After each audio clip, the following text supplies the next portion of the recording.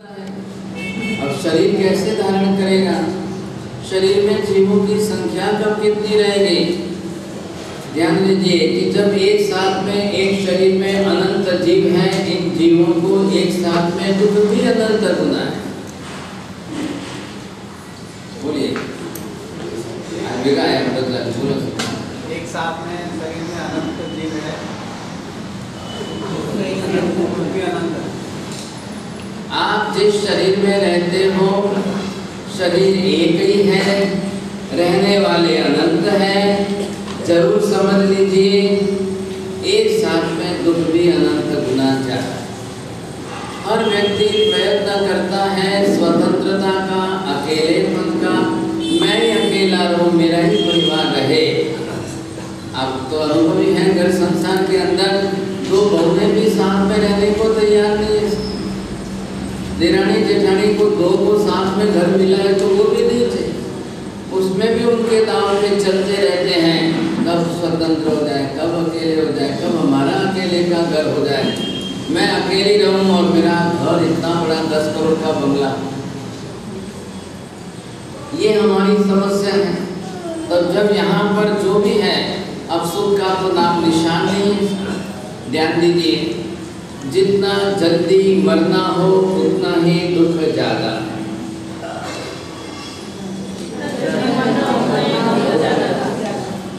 जितना ज्यादा जीना हो उसमें सुख भी ज्यादा है। आप उल्टा मानो वो गलत बात है। आप उल्टा समझते हो कि ज्यादा जीने में ज्यादा दुख है, ऐसी बात नहीं है। और इसीलिए जो है स्वर्ग के देवी देवताओं में आयुष्य लंबे लंबे होते हैं। जब लोगों को सुख के साथ आयुष्य लंबा मिले, ध्यान दीजिए, नंबर 1 सुख आपका प्लस में हो और आयुष्य लंबा हो, तब तो आपको कैसा लगे? सुख आपको प्लस में हो और आयुष्य आपका छोटा हो, तब आपको क्या लगे? अब दुख ही आपके जीवन में हो और उसमें अगर आयुष्य छोटा हो तो कैसा लगे? और दुख आयुष्य के साथ में बड़ा आयुष्य हो, तब आपको बोलो साहब, 4 में से आपको कौन सा पसंद है? मालिया हमें पहला नंबर आप खाना होता हो गया, जल्दी बोलो वाला गणों से पहला नंबर है। विजय बात है, विजय जल्दी बोलो। विक्रम जी बोलिए। सुख ज्यादा हो, आयुष्य लंबा हो।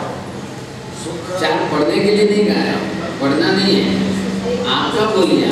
सुख ज्यादा, आयुष्य लंबा।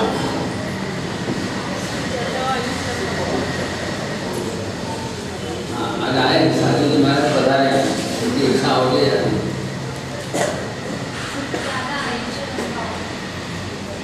आपकी पहला पढ़ना नहीं है, आपकी पसंद की किसमें?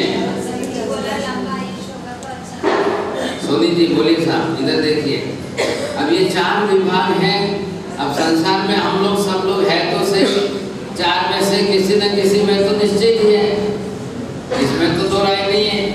लेकिन आपकी चॉइस किस में है, पहले ये देखना है। बोलो साहब।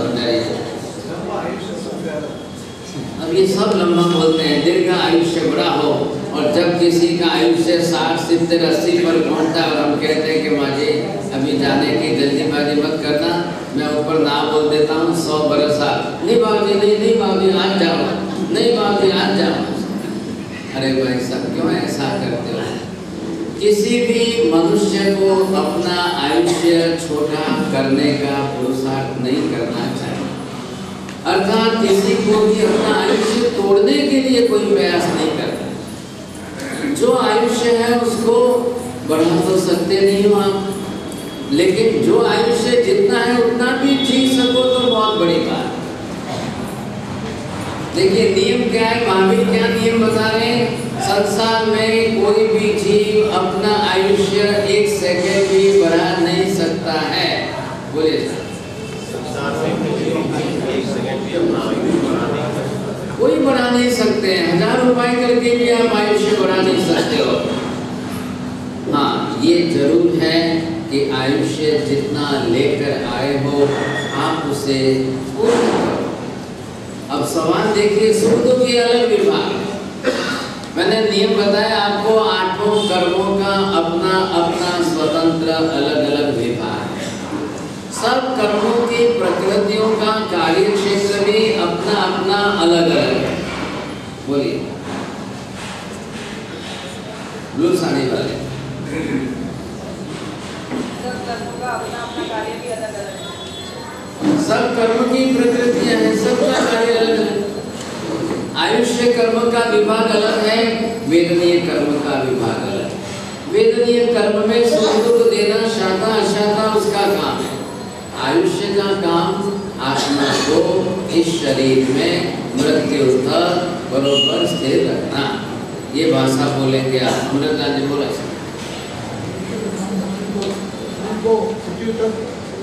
गंदिला जी बोलो। आयुष्य को हम कहिए मृत्यु तक इस शरीर में आत्मा को। ये भाषा बरोबर सही बोलो ना। आपकी भाषा बोले जाते हो तो बात बिगड़ती है। बोलो माँ जी, बैठा देखो, कुछ भी लिखना नहीं, कुछ भी पढ़ना नहीं। बोलिए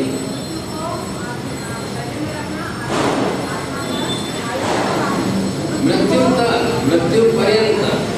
हमारे ख्याल में आप जब तक नहीं मरते हो वहां तक आपके शरीर में, इसी शरीर में आयुष्य को, आत्मा को टिकाए रखना है। ये काम आयुष्य को करना है। अब सिर दर्द होगी, पैर दर्द हो, पेट दुखेगी तब बुखार आए, सर्दी हो कि कैंसर हो, वो अलग कर्म है। उस कर्म का विभाग अलग है। आ रही बात ख्याल में? सब कर्मों का अलग अलग डिपार्टमेंट है। हम जब कर्म शास्त्र पढ़ेंगे तब आपको बरोबर ख्याल आएगा कि हर कर्म की प्रकृति अपना अपना स्वतंत्र काम क्या करती है, कैसा काम करती है। अब उस हिसाब से इधर देखिए। अब आपको बिल्कुल सुरक्षित रूप से देखना है ऐसा। आपके जीवन में सुख है कि दुख है, ये वेदनीय कर्म की शाखा है। आपके जीवन में दुख है, अशाता वेदनीय कर्म। लेकिन आयुष्य को क्या लेना देना है? कुछ लेना। सुख ज्यादा भी हो और आप आयुष्य लंबा मिल जाए और सुखी जीवन जिए, तब तो कोई चिंता ही नहीं। आज भी 5वें आरे के कलयुग में 100, 100 के ऊपर 110, 115, 117 वाले आज हैं। 130, 125 के आसपास का आयुष्य है।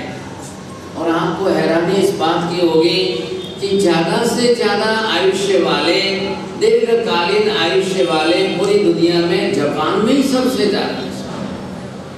अब वो कोई कारण समझ में नहीं आया। हाइट कम है, आयुष्य ज्यादा। इंग्लैंड के अंदर हाइट ज्यादा है, आयुष्य कम है। अब हिंदुस्तान में आप क्या रिसर्च करके निकालो देखो। जब आपकी चॉइस की बात आती है तो आपको पहला नंबर अच्छा लगता है। लेकिन महावीर एक बात कह रहे हैं, सबका सुख भी कम ज्यादा होता है। क्यों? कि आपका शाखा अशाखा वेदनीय कर्म कम ज्यादा। नंबर 2 इधर देखिए।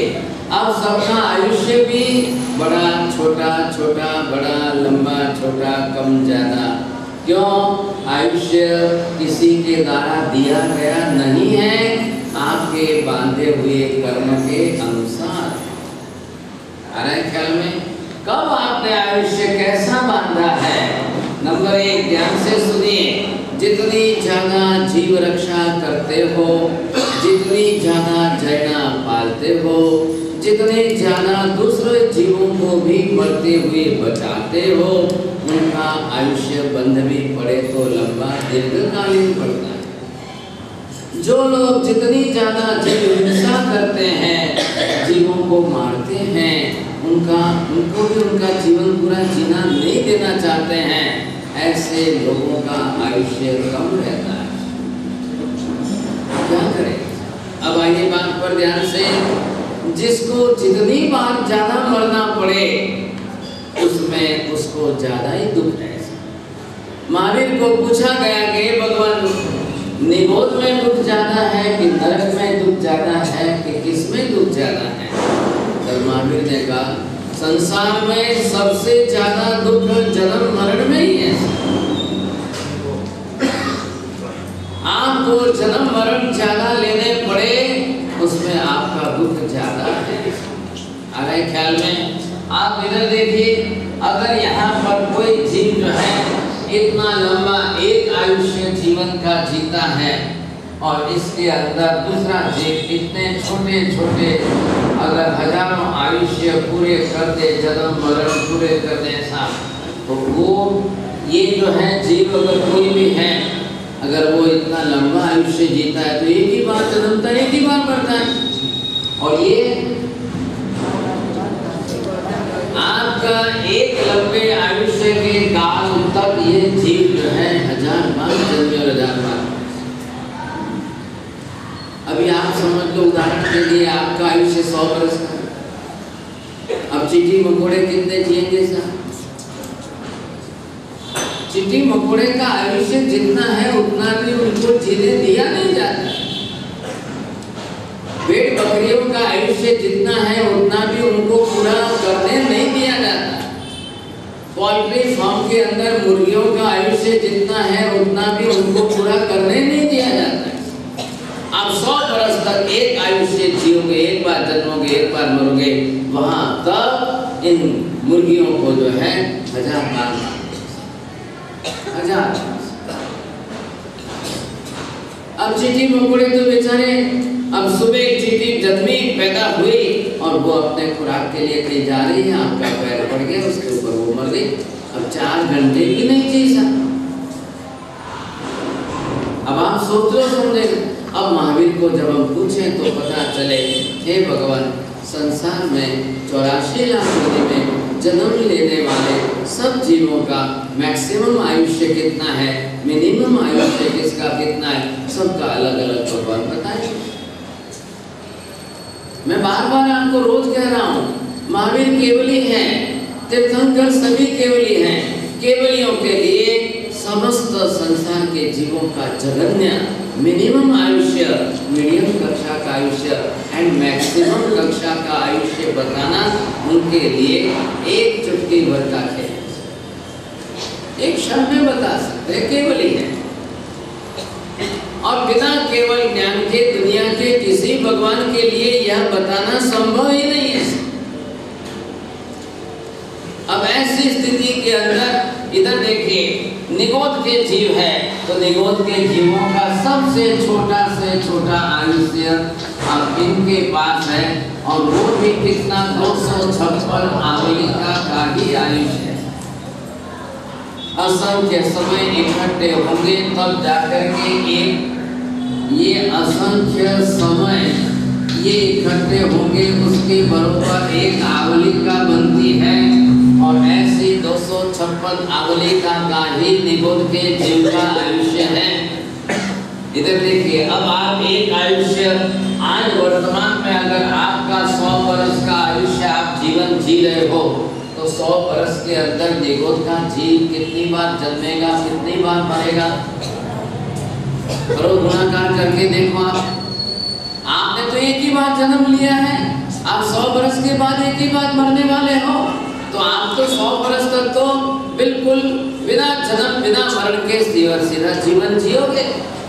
अब ये बेचारा 100 वर्ष तक जो है 100 मिनट तक भी स्थिर नहीं रह सकता।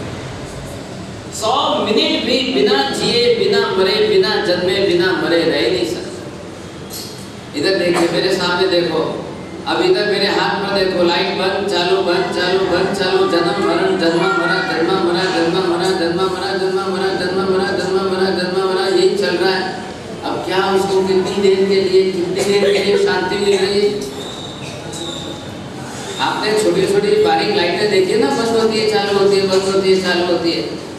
वैसा निगोद के अंदर तो प्रतिक्षण चल रहा है, बस जन्म लिया मरे, जन्म लिया मरे, जन्म लिया मरे, जन्म लिया मरे। अब क्या उनको समझ में नहीं आया। अब नियम क्या कह रहे हैं महावीर, ध्यान में रखिए, बिना आयुष्य बांधे कोई मरेगा नहीं। बोलो, कोई किसी के लिए, मतलब हमारे लिए भी यही नियम है, सबके लिए एक ही नियम है। हमको भी मरना है, आयुष्य पहले बांधो फिर मरो। आप बिना आयुष्य बांधे मरोगे तो कहाँ जाके जन्म लोगे, कैसे जीवन जियोगे, आपका जीवन कैसे चलेगा? संभव ही नहीं है। देखिए, जब आपको यहाँ आकर के मरना है तो पहले यहाँ आप नए आयुष्य का, अगले जन्म के आयुष्य का बंद यहाँ करिए। ये आपका जो चल रहा है, ये 100 वर्ष तो आपके रनिंग जीवन के हैं, वो चल रहे हैं। ये आप आयुष्य पिछले जन्म से जहाँ से लेकर के आए थे उसके हिसाब से आज आप जीवन जी रहे हो, लेकिन अब आपको अगले जन्म में जाना है, दूसरे जन्म में जाना है, नया आयुष्य बांधो, फिर ये शरीर छोड़ो। बिना आयुष्य बांधे आप शरीर नहीं छोड़ सकते। आगे जाकर दूसरे जन्म में जाकर जीवन जीने के लिए जो आयुष्य वहां चाहिए वो आपको यहाँ से साथ में लेकर जाना है। हर कोई जीव जाएगा। ध्यान से सुनिए, रास्ते पर एक्सीडेंट हो गया और आदमी तड़प रहा है, अभी मरा नहीं है, अभी तड़प रहा है, अभी 2 मिनट लगेगी, 5 मिनट लगेगी, 10 मिनट लगेगी, वो 10 मिनट 5 मिनट तक तड़पते तड़पते तड़पते अब उस समय में आयुष्य बांधेगा, उसके बाद में शरीर छोड़ेगा। अब ध्यान से सुनिए, अब वो लास्ट के 5 मिनट में जब खून बह रहा है, आंख कट गया, पैर कट गया, अब ऐसी स्थिति में वेदना कितनी हो रही है, और ऐसे में उसको आयुष्य बांधना। अब उसके विचार, भाव, परिणाम क्या, कैसे, राग, द्वेष, कसाई की तीव्रता उसकी कितनी भारी है, अब वो कैसा आयुष्य बांधेगा।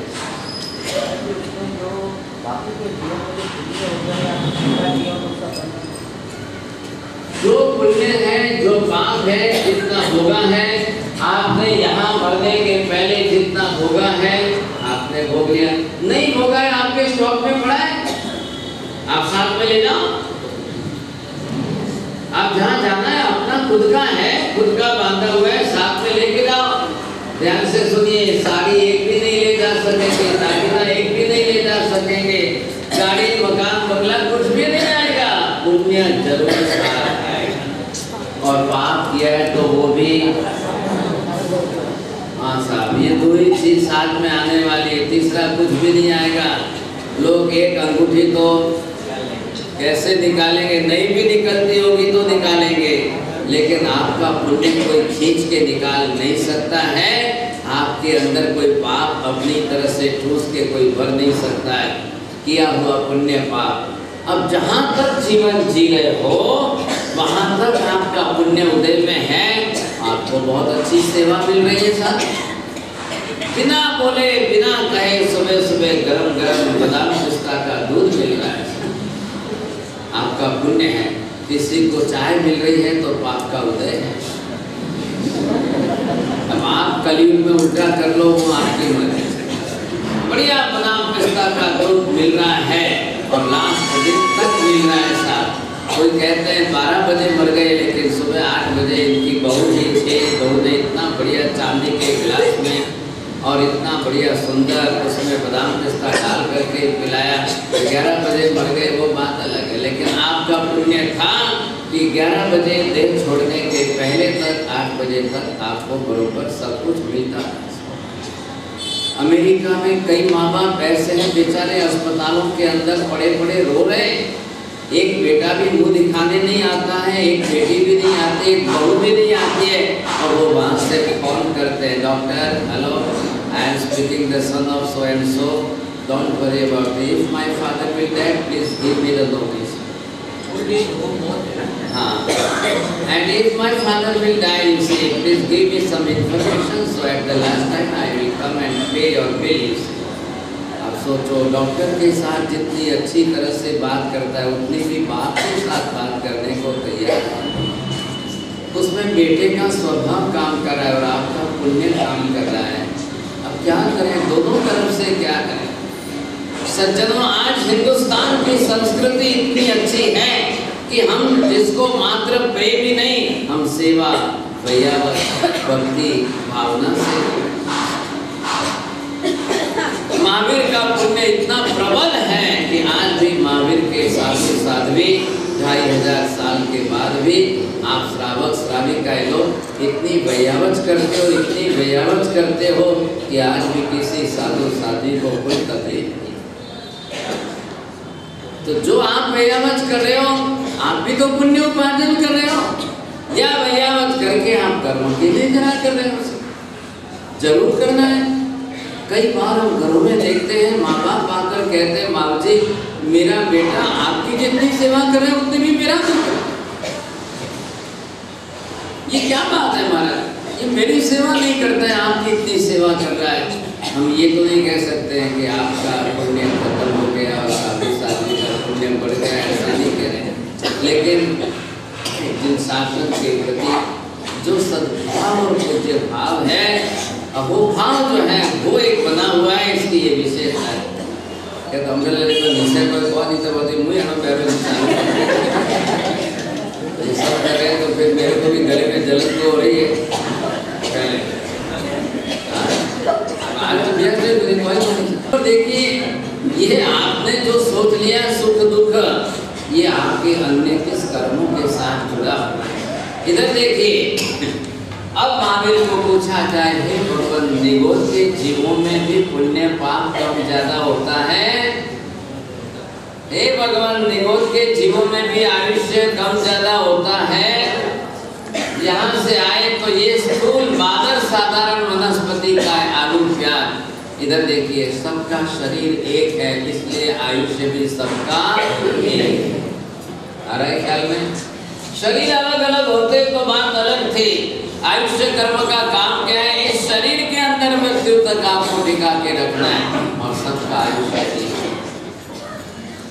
अब वो कितने विभाग में अलग अलग है, अब इसके अंदर के विभाग करो तो ये विभाग अलग हो गया, अब ये विभाग अलग हो गया, अब ऐसे विभाग करोगे यहाँ पर इसके अंदर ये अवान्तर हो गई, इसको निगुण संज्ञा दी है, ये तो बोला है सर। अब इसके अंदर से जैसे आप आगे बढ़कर के प्रत्येक वनस्पति काय में आ गए, इधर देखिए अब इतना बड़ा शरीर और अकेले को रहना है, तो हे भगवान साधारण वनस्पति काय से प्रत्येक वनस्पति काय के जीव को दुख ज्यादा है कि सुख ज्यादा है? अरे ख्याल में इधर दुख क्यों ज्यादा है साधारण वनस्पति काय में? एक शरीर में एक साथ अनंत जीवन और इसमें इतना दुख क्यों नहीं है? एक शरीर में अकेला जी रहा है। आप एक शरीर में अकेले हो,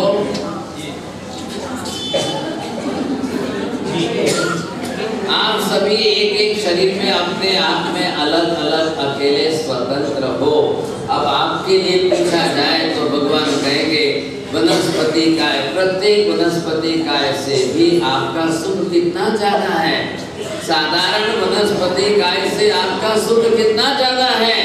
केवली के पास में शब्द है कि साधारण वनस्पति काय की तुलना में आपका सुख अनंत गुना ज्यादा है। ख्याल में आपको? अब लेकिन हमारा सुख, हमको अगर सुख नहीं लगता है तो हमको हमारा सुख भी दुख लगता है। मनुष्य की सबसे बड़ी कमजोरी ये है कि वो अपने से ज्यादा दूसरों का सुख देखता है और दूसरों के ज्यादा सुख के सामने अपना सुख भी दुख मान लेता है। This is the human weakness of his own thoughts. हमेशा मनुष्य ने ऐसी बुद्धि बना ली है, अरे भाई साहब आपके पास जो सुख है वो भी पर्याप्त सुख है, बहुत अच्छा सुख है, बहुत ज्यादा सुख है आपके पास। अपने से नीचे वालों की थोड़ी कंपैरिजन करिए तो आपको लगेगा कि मेरे पास जो है वो पर्याप्त है, बहुत। कई लोगों को खाने को नहीं मिल रहा है, कई लोगों को रहने को नहीं मिल रहा है, कुछ झोपड़पट्टी में रह रहे हैं, स्लम एरिया में रह रहे हैं, कोई रास्ते पर फेंका हुआ बीड़ के खा रहे हैं। लेकिन मैं आज सुबह नींद में से उठता हूँ और मेरे सामने टेबल पर दूध के अंदर बादाम पिस्ता तैयार है, तो ये आप समझ लो कि आपका पुण्य उदय है। आप दिन में 10 बार जो है अपने पुण्य की परीक्षा कर सकते हो। आप दिन में 10 बार अपने पुण्य की परीक्षा करो, लेकिन एक ही कमजोरी है कि आप हमेशा अपने सुख की तुलना दूसरों के साथ करते हो। मेरे से ज़्यादा उनके पास है, मेरे से ज़्यादा उनके पास है।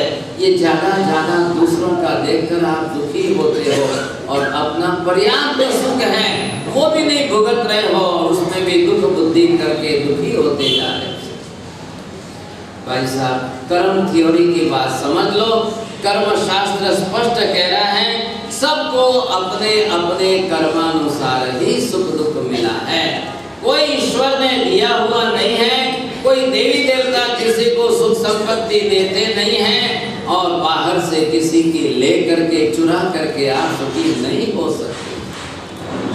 एक महिला ने दूसरे की अंगूठी चुरा ली, वो चुरा तो ली उसने, बड़ी अच्छी लग रही है, बहुत कीमती लग रही है, लेकिन वो कभी कहीं पहन के जा नहीं सकती है।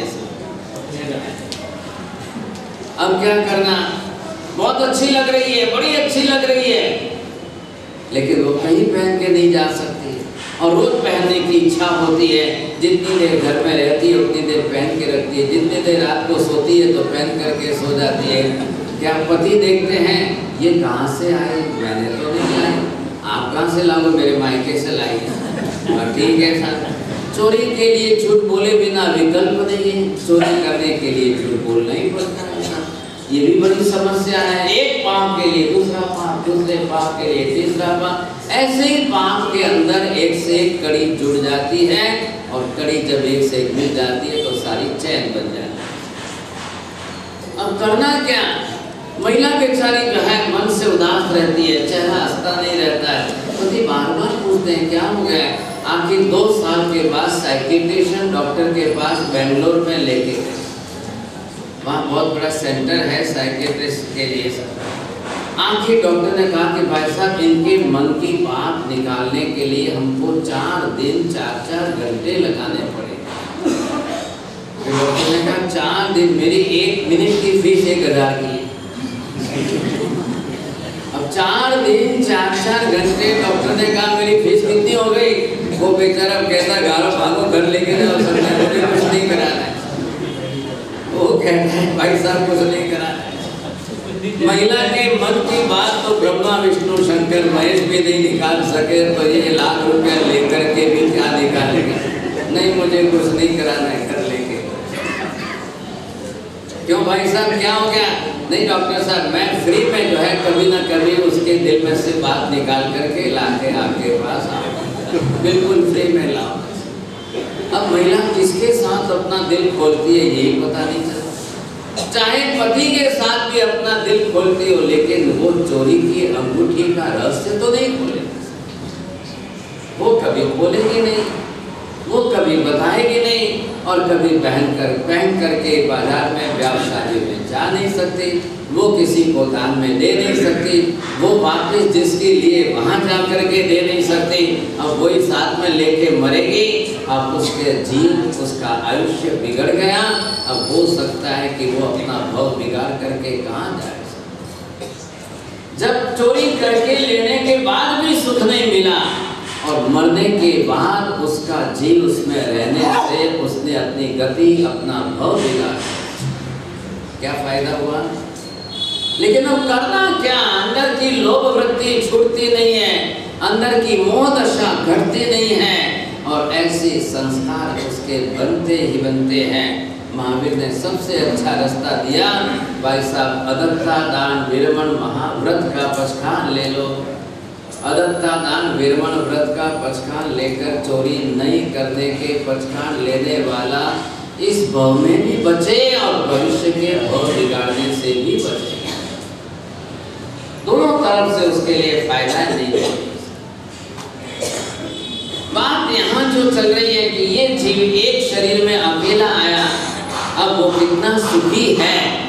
ध्यान रखिए, महावीर कह रहे हैं सबके पुण्य पाप है, सब जीवों के सुख दुख है, सभी अपने अपने हिसाब से सुखी दुखी तो है ही है।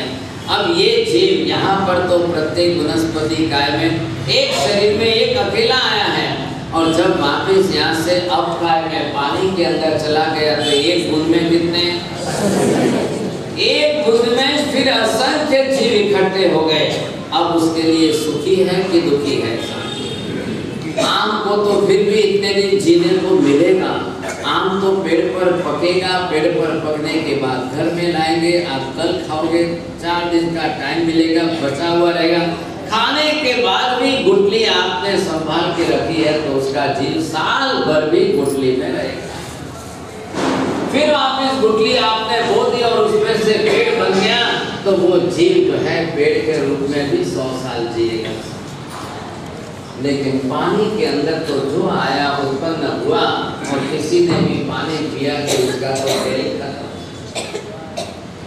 अब साधारण वनस्पति के बाद अगर जल्दी से जल्दी, ज्यादा से ज्यादा अगर किसी की हिंसा होती है और जल्दी से जल्दी अगर किसी का बार बार मरना होता है तो पानी के जीवों का मरण होना है। इधर देखिए, अब महावीर को सबके आयुष्य के बारे में पूछा जा रहा है क्योंकि आपका सुख भी आपके आयुष्य के साथ जुड़ा हुआ है। अरे ये बात ध्यान में, आपका सुख भी आपके आयुष्य के साथ जुड़ा है। धन संपत्ति आपके पास अपार ज्यादा है लेकिन आयुष्य कम है, क्या करोगे साहब? बोलिए, आपके पास धन संपत्ति प्रमाण में काफी ज्यादा हो, अब जितने प्रमाण में आपके पास यहाँ पर देखिए, अगर हम इसकी बात करते हैं, आपके पास धन संपत्ति जो है वो प्लस में ज्यादा है। आपके पास धन संपत्ति प्लस में अगर नहीं वो माइनस में कम है, ये आपके पास और कम है। और इसमें अगर आपके पास बिल्कुल नहीं है, सोच लो, और आयुष्य आपके पास, अब ये किसका काम है? अंतराय कर्म का है। अब इसके अंदर परिस्थिति उल्टी होती जा रही है और ऐसी स्थिति के अंदर सुख संपत्ति ज्यादा हो और आयुष्य लंबा हो तो लोग जीना चाहते हैं। क्या है? फिर लोग जीना चाहते हैं, सुख संपत्ति समृद्धि बहुत अच्छी है ऐसा, और वो जीना चाहते हैं, समझे कि नहीं? ऐसी स्थिति के अंदर एक बाप बेटे के बीच में 4 बेटे हैं और बाप सामने बैठे हैं, बहुएं हैं, पत्नी है, पूरा परिवार है। तो बाप ने पूछा, मेरी मृत्यु के बाद मेरी ननामी कैसे बनाओगे? आप प्रश्न सुनिए साहब। बेटे कह रहे, पापा आप क्यों चिंता करते हो? नहीं, मुझे बताओ तुम कैसे बनाओगे, किसमें बनाओगे? बेटों ने कहा, पापा आपको ज्यादा ही चिंता हो रही, विश्वास नहीं आता तो अपने हाथ से बना के जाओ। चलो ठीक है। पापा ने कहा ठीक है, चलो भाई आप सब जने जो है 10-10 किलो चांदी वगैरह सब दे दो, मैं कल बना लेता। बाबा देने की बात तो मत करो, अब आपको जिसमें से भी बनानी है बना लो। 8 दिन तक बाप ने इतना दिया, तब तो जो है इतना घर सुखी संपन्न होकर के रह रहे हैं। 10 करोड़ का बंगला है, 5 करोड़ के जो है फर्नीचर है और 20 करोड़ की गाड़ियाँ हैं। किसी को एड्रेस चाहिए तो बॉम्बे पार्ला जू पर बीच कैंडी पर है, वहाँ पर जाना हो तो मैं एड्रेस दूँ आपको। अब ऐसी परिस्थिति जब आई, समझे कि नहीं, तब उन्होंने कहा कि अरे कोई देने को तैयार नहीं है तो मैं ननामी किस में बनाऊँ? जब आप ननामी बनाने के लिए मुझे देना के लिए तैयार नहीं हो, अब मेरी अर्थी जो है उठानी है कैसे? सीढ़ी उठानी है, क्या करेंगे भाई साहब? कुछ चाहिए कि नहीं चाहिए? तब तो मुझे विश्वास से नहीं आ रहा है कि मेरे मरने के बाद आप क्या अग्नि संस्कार भी करोगे कि नहीं करोगे? क्या करोगे साहब? अब बेटे मन में ये सोच रहे हैं कि अब आपको कह दें कि अपने हाथ से अग्नि संस्कार करके जाओ, अब वो भी संभव नहीं है साहब। कैसे कहें तो कैसे कहें? हर चीज अपने हाथ से नहीं होती है।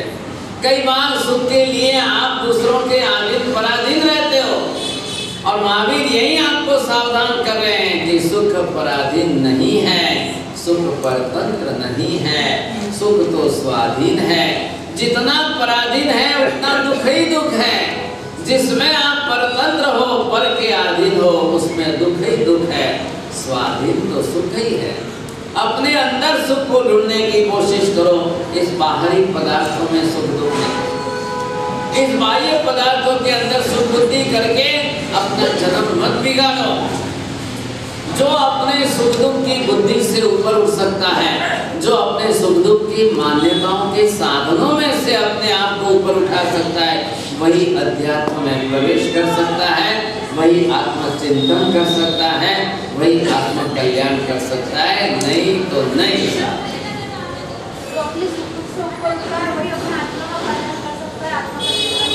सुख दुख के साधनों में से बुद्धि निकालो। जिन साधनों में आपने सुख दुख की बुद्धि बनाई है, उसमें से अपनी बुद्धि निकालो और सुख दुख के विषयों में से निश्चिंत हो जाइए। साधनों में सुख नहीं है, पर पुद्गल के पदार्थों में सुख नहीं है, ये मेरी गलती है, मान्यता ही मेरी गलत है। अब आप ऊपर उठ करके देखो, तब जाकर अध्यात्म में प्रवेश होगा, आपकी आत्मा उसमें प्रवेश करेगी, नहीं तो नहीं करेगी। आप पराधीन होकर के पर पदार्थों में सुख बुद्धि करके ज्यादा दुखी हो जाओगे। महावीर को पूछा गया, भगवान संसार में कौन ज्यादा सुखी और कौन ज्यादा दुखी रहता है? महावीर ने कह दिया कि जो जितना ज्यादा मोहासक्त है, मोह में आसक्त बनकर डूबा रहता है, वो ज्यादा दुखी है, और जो मोह का जितना त्याग करता है वो सुखी है। अब आप में और हमारे में क्या फर्क है भाई साहब? बस साधु संत त्यागी है, आप रागी हो, आप भोगी हो, आप भोग साधन सामग्रियां बढ़ाकर उसमें सुख बुद्धि बना करके आप दुखी हो साहब। यही तकलीफ है और कुछ नहीं है। घरों में जाते हैं, बम्बई की बात करता हूँ, घरों में जाते हैं, लोग कहते हैं दीवार के ऊपर की फ्रेम 10 लाख, ये हमारे घर में पेंटिंग 20 लाख, कोई कहता है ये 50 लाख की पेंटिंग है। मैं बहुत छोटा था, दीक्षा ली थी, बम्बई में चौपाटी के ऊपर जाना पड़ा। एक सज्जन ने बताया, महाराज मेरा घर म्यूजियम जैसा है, आओ मैं आपको दिखाता हूँ मेरा घर म्यूजियम जैसा दिखा। मैंने कहा मुझे देखना ही नहीं है, मैं ये सब छोड़ के आया हूँ, फिर आप ये दिखा दिखा करके मुझे लुभाएंगे, कुछ मुझे देखना ही नहीं है ऐसा। और वो कहता है महाराज आप नहीं देखोगे तो मैं दुखी हो जाऊंगा। मैंने कहा क्यों भाई साहब? बोले मेरा रोज का क्रम है, जो आते हैं उनके सामने वर्णन करता हूँ तो मैं और ज़्यादा फूला नहीं समाता हूँ, मुझे उसी में मजा आती है। मैंने कहा अच्छा हुआ पहले ही आपने कह दिया तो मैं सीधा ही रवाना हो जाऊँ सर। नहीं महाराज मैं कल वापिस आपको पकड़ के लाऊंगा, आपको सब दिखाऊंगा, मुझे मैंने कहा देखना ही नहीं है सर। संसार में आपकी सबसे बड़ी समस्या ये है, जिसमें सुख बुद्धि कर ली उसकी वाह भी करना पड़ता है, आपको उसकी प्रशंसा करते रहना पड़ता है, आपको बखान करते ही रहना पड़ता है। आपका आप जितना पुष्ट हो उतने आप ज़्यादा सुखी लगते हो। अब ये महावीर को दया आती है। ध्यान दीजिए, परमात्मा की हमारे ऊपर जो भाव दया है वो ये है। भगवान को इतनी दया आती है, इतनी दया आती है कि मैं इन जीवों की ये मोह दशा राग दशा कैसे कम करूं। और इसके लिए महावीर ने त्याग धर्म की व्यवस्था की। बड़ा अच्छा त्याग धर्म जगत को दिया कि संसार के अंदर लोगों को जो है पहले त्यागी बनाओ, बाद में वो अपने आप सुखी हो जाए। महावीर कह रहे त्यागी सुखी है, रागी दुखी है। अब आप जीवन के मंत्र लगाओ, मनोज जी घर जाकर मार्बल पर लिखना, वहाँ पर रोज लिखा हुआ पढ़ो, याद आए दिन में 10 बार। रागी है वो दुखी है, त्यागी है वो सुखी है।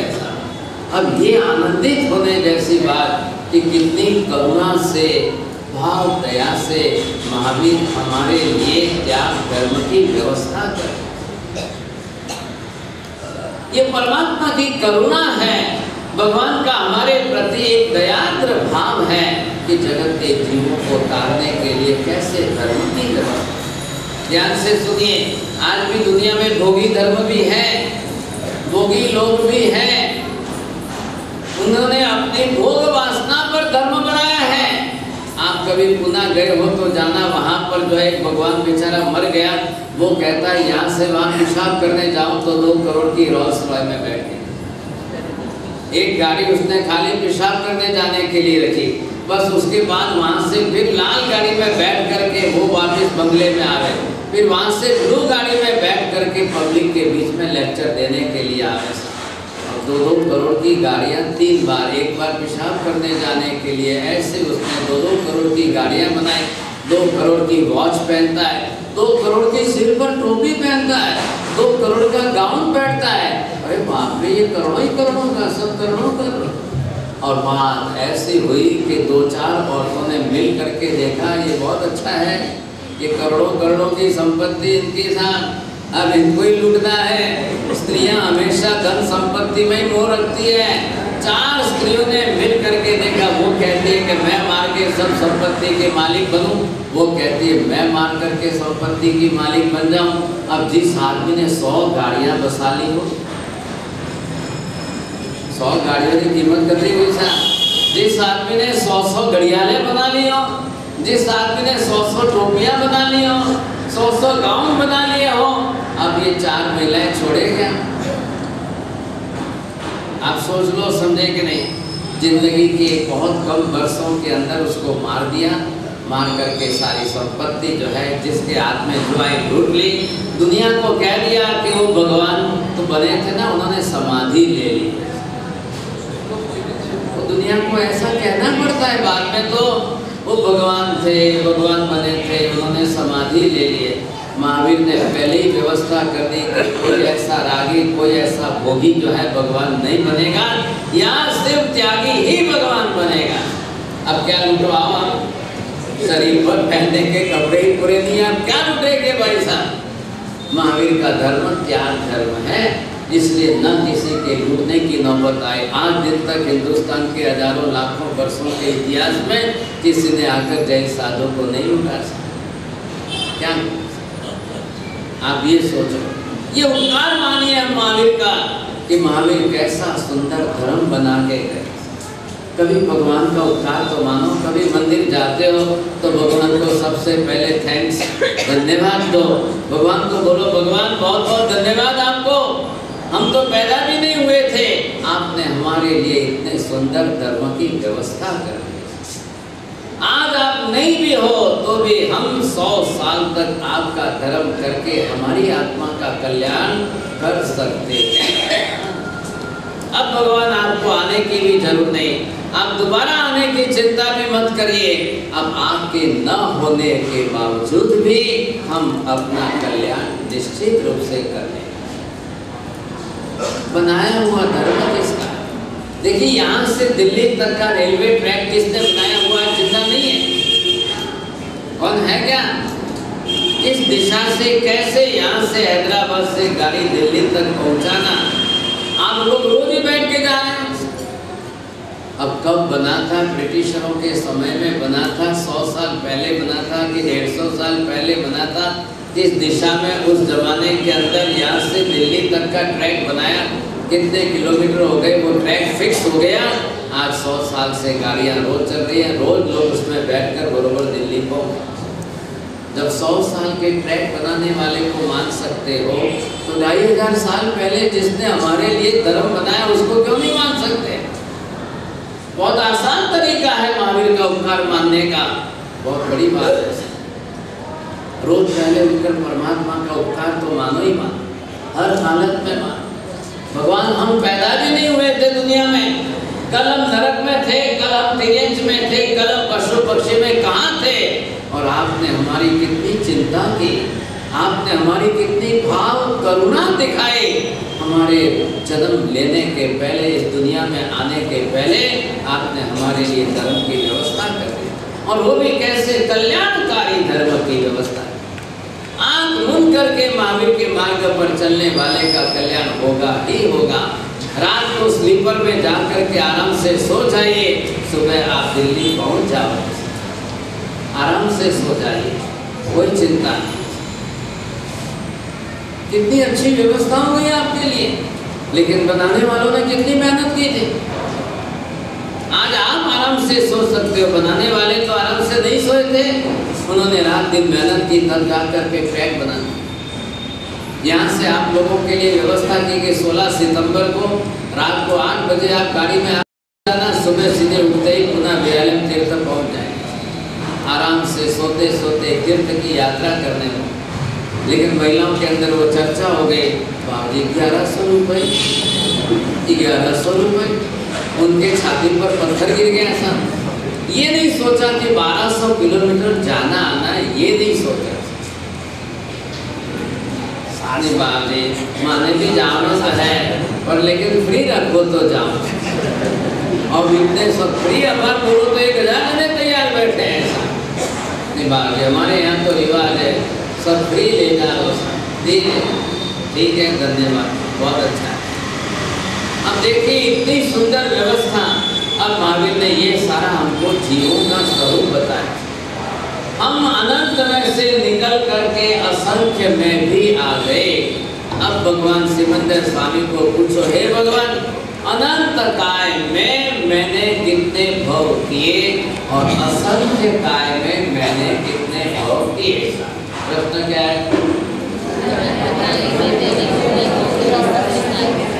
एक नए ये भी है कि जगत के समस्त जीवों को पहचानना और 84 के चक्कर के अंदर जितने जीव हैं सबका विचार करना। क्यों करते हो इतने सब जीवों का विचार? नंबर 1, सब जीवों का विचार करो ताकि इन सब जीवों पर दया और करुणा आए। नंबर 2, दूसरा अपना विचार करो कि मैंने कब किसमें जन्म किए, कब किसमें जन्म किए, कब कितने जन्म किए, कब कितने भव किए और कैसे मैं आज यहाँ तक पहुँच पाया।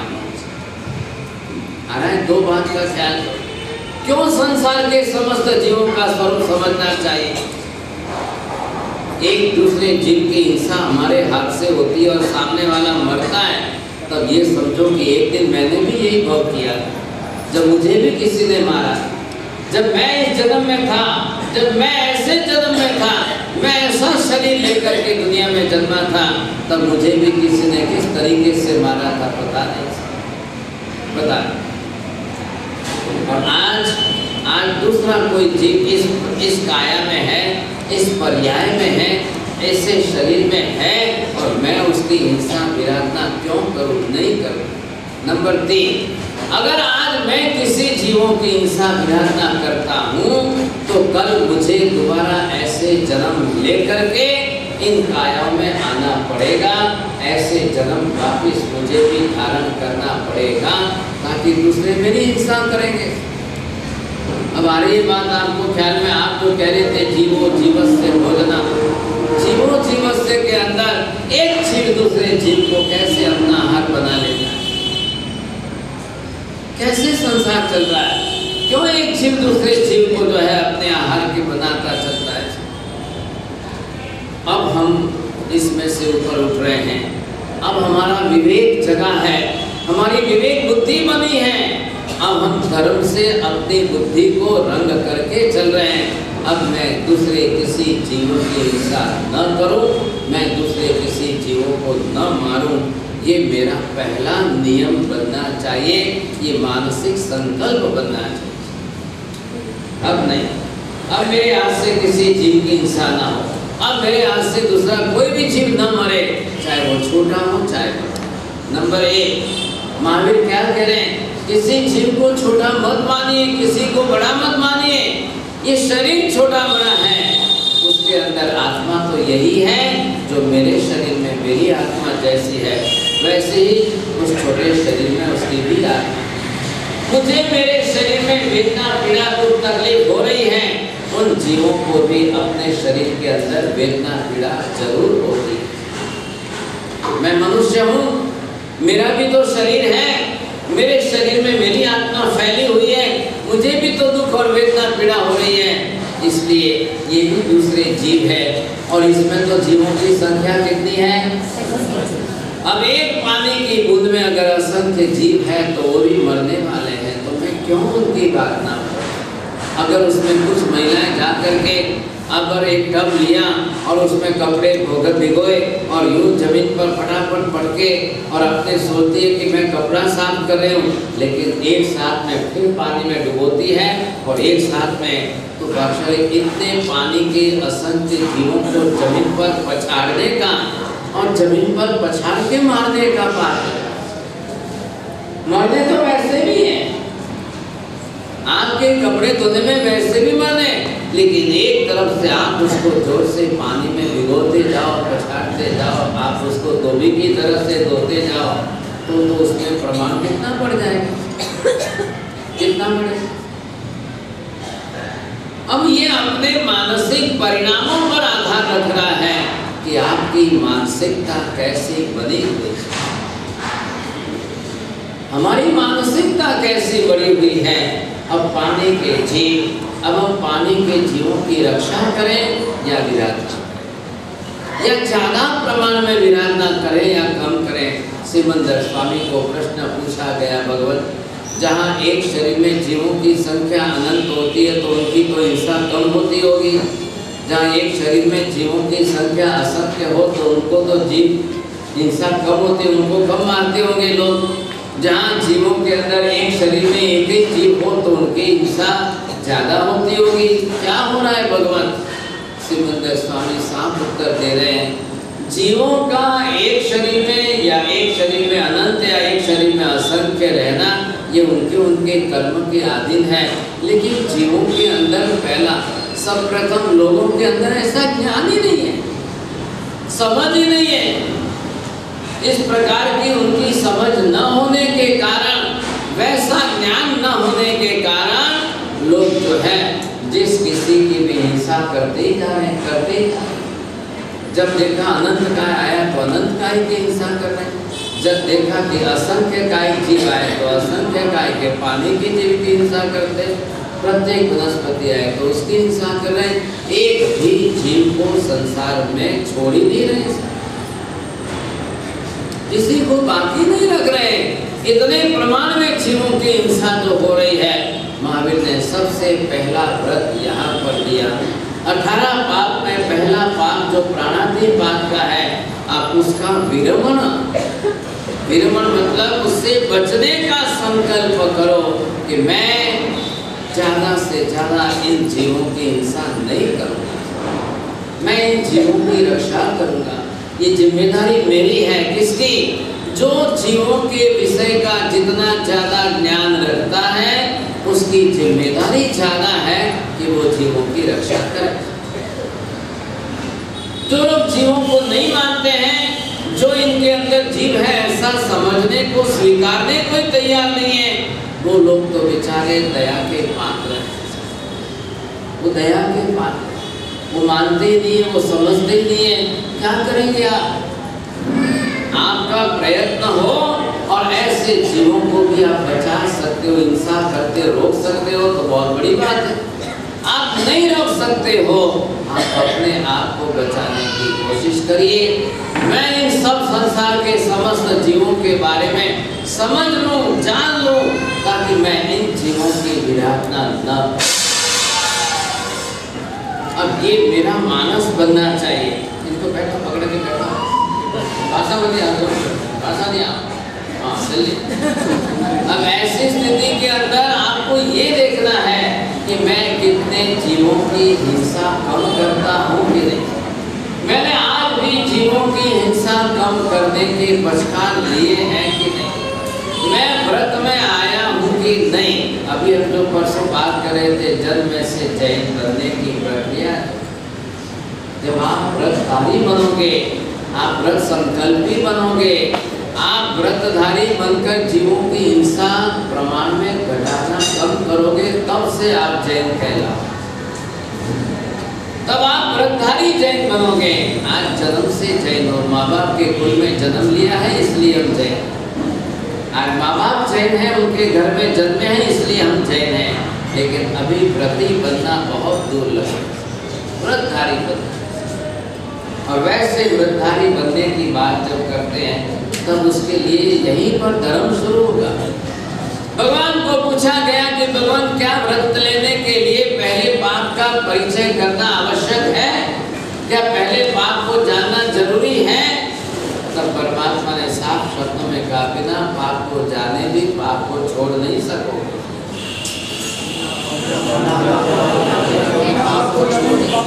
अब आपको पाप जानना है, पाप से लगने बनने वाले कर्म को जानना है। अब कर्म आत्मा के साथ कैसे बनते हैं वो जानना है। कर्म आत्मा पर बनने के बाद कितने काल तक बने रहते हैं, टिके रहते हैं वो जानना है। और फिर इन कर्मों का उदय कब होगा ये जानना है। 7वें नंबर पर अब इन कर्मों का विपाक रिजल्ट जानना है। और फिर संसार के भव भ्रमण का चक्र जो है, बस ये सब बातें हम जानते रहेंगे, लेकिन पाप निवारक धर्म को नहीं जाना तो सर्वथा पानी फिर जाए। पाप निवारक धर्म, अब पाप से बचाने वाला, पाप रोकने वाला, पाप घटाने वाला, ये धर्म जो हमको चाहिए आज, ऐसे धर्म की आवश्यकता है। अब दुनिया के बाहर के धर्म हमको नहीं चाहिए। हम बाहर के देवी देवता हमको नहीं चाहिए। वो देवी देवता है उनके कर्म के हिसाब से जरूर, उनके साथ मैं मेरा सुख दुख जोड़ना नहीं चाहता हूँ। बस किसी भी देवी देवता के साथ मेरा सुख दुख मुझे नहीं जोड़ना है। मेरा सुख दुख मात्र मेरे कर्म के अधीन है। किए हुए पाप कर्म के अधीन दुख है, किए हुए शुभ पुण्य कर्म के अधीन सुख है।